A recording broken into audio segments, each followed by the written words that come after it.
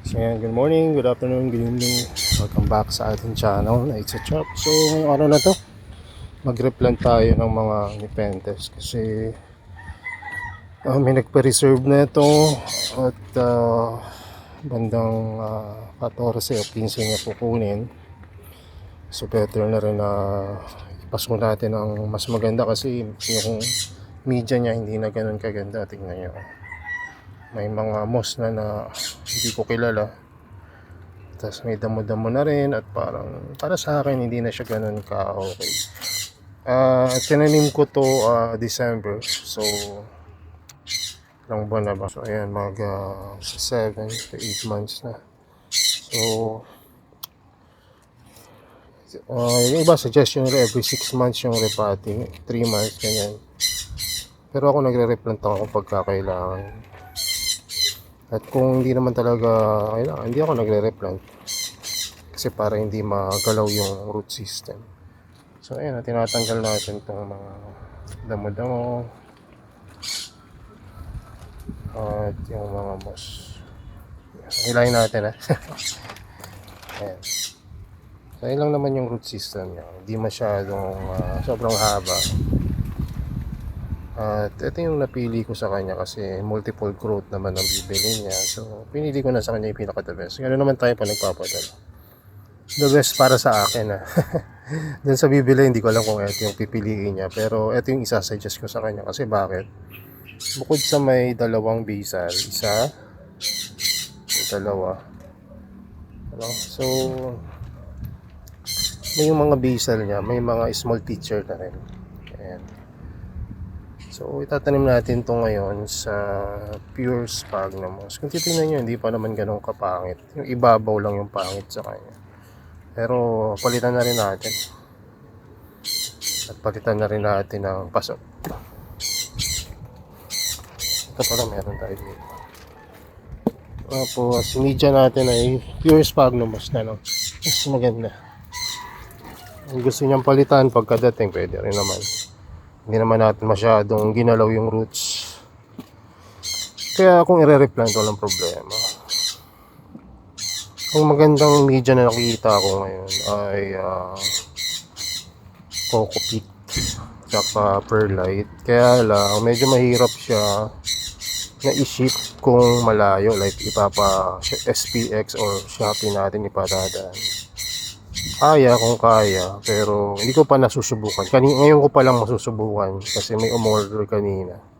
So, hintayin natin. Kaibigan naman natin yung umorder.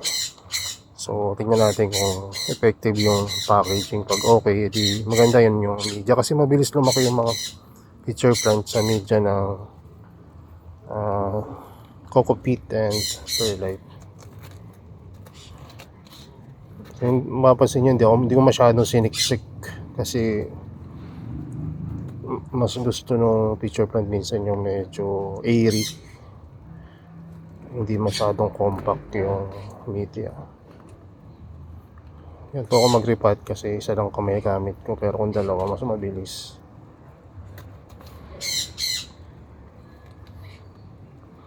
So once na naipaso nyo na, pwede nyo nang tanggalin. Kayo bahala kung kailan nyo tatanggalin, pero yan, tanggalin nyo lang talaga yung mga brown na yung mga natuyo na. Medyo mas maganda tignan. Green. Ingatan nyo lang na madali nyo yung mga picture, yung mga base yari.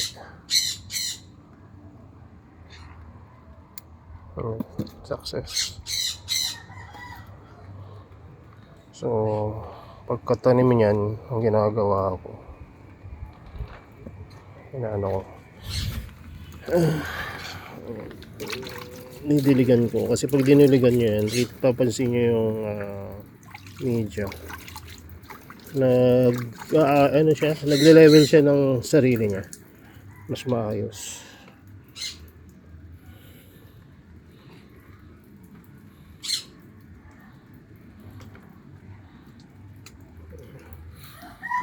Diba? Ito po, tatanim mo. Maganda rin itong iba. Papiliin ko na lang siguro siya. Malaki kasi. Ito kasi dalawa. Kung seller ako. Ako seller siya, collector. Kung seller ako, mas okay ito dalawa agad. Ito naman malaki yung basal. Tsaka maganda rin yung foliage sa taas. Papiliin ko na lang siguro siya. So, ganun lang rin uli gagawin ko.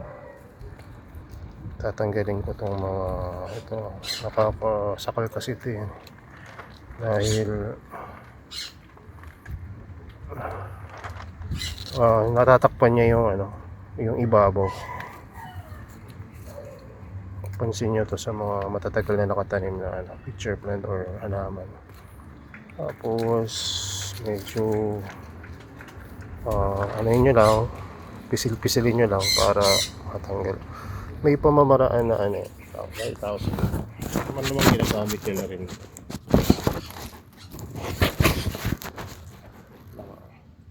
Ayan hawakan nyo lang dyan sa ilalim, kita nyo. Tapos diba, pagka ganyan na yung dali nang dali nang i-unpad. Tapos hindi nyo pa magagalaw yung root system. Natanggal na ako sa perlite kasi ito eh.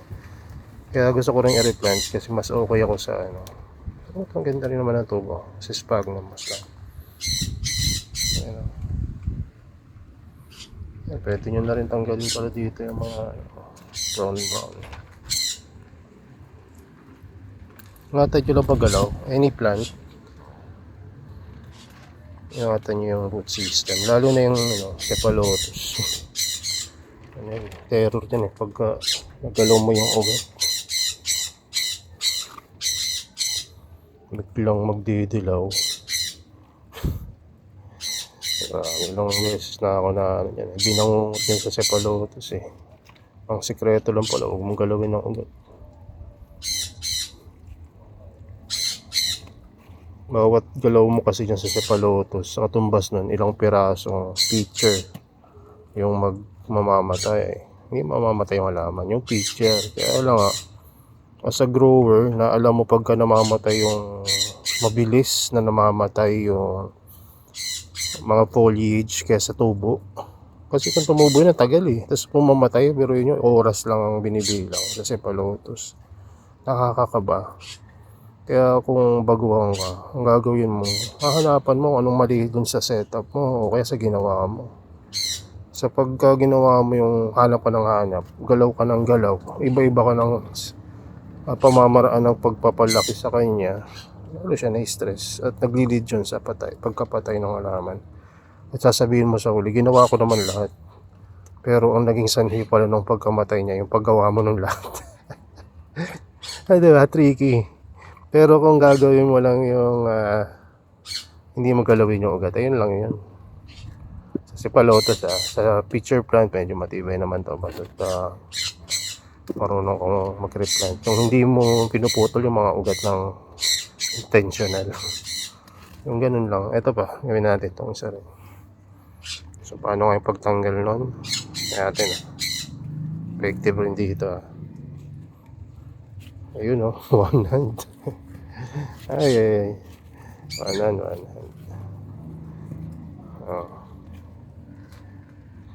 tapos tsaka mo tanggalin ang tanggalin yung mga damo-damo. Inapitan na tingnan nyo, inapitan na ng ugat yung pitcher. Dapat tinatanggal yan wala hindi ko binunot or kanina binunot ko, madali lang natanggal pero kung nakatanim to sa sphagnum, hindi ganun kadaling tanggal, which is advantage kung talagang gusto mo pang matagalan kasi hindi siya basta-basta nabubunot. Pagka sphagnum naman, huwag nyo masyadong basahin kasi matutunaw naman ang halaman nyo. Ito naka-perlite kaya kahit basang-basa goods pa rin. Pag sphagnum, huwag masyadong basang-basa ng gusto kasi mag siya, matutunaw Ganda rin na ito. Ang laki na ng diesel. Bilis na ito maubos kasi Pag nakilala niya na itong halaman na ito, magugustuhan niya. Kakaiba siya sa mga pitcher plant na meron tayo.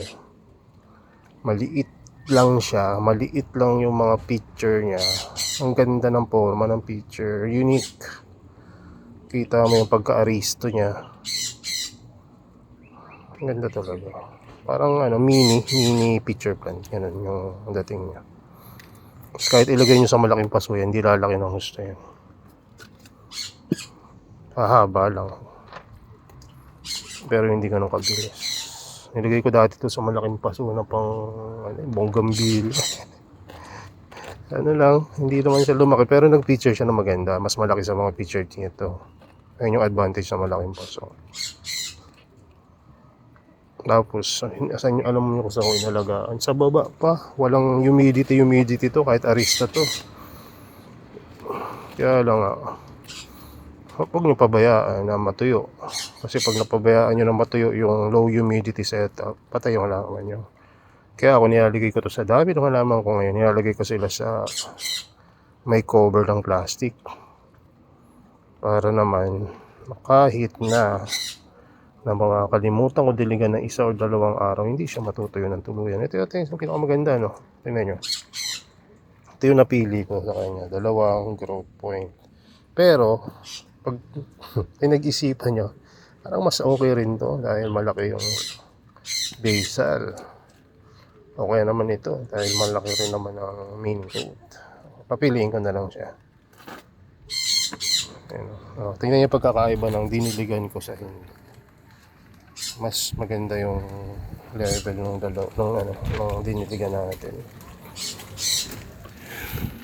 Kaya pag gusto nyo pang Instagram na picture dilig-diligan nyo mukhang lush kahit nyo lipatin. Tapos may level nyo pa yung media nya, hindi pa magiging siksik. Kasi mag-absorb ng tubig yan, medyo expand ng konti. Magkakaroon ng connection yung root system. Ayan. Pakita ko na sa kanya, picturean ko lang. So yun lang At ako'y magtatanim pala ako ng seeds ngayon. Wala na sigurong bibili ng seeds. At tatanim ko na kasi nag-terminate na. Sayang naman kung patatagalin ko ng matagal. Itanim na natin. So yun lang, salamat sa inyong panonood. Ingat kayo palagi, may bagyo ngayon. God bless sa inyo. Bye bye.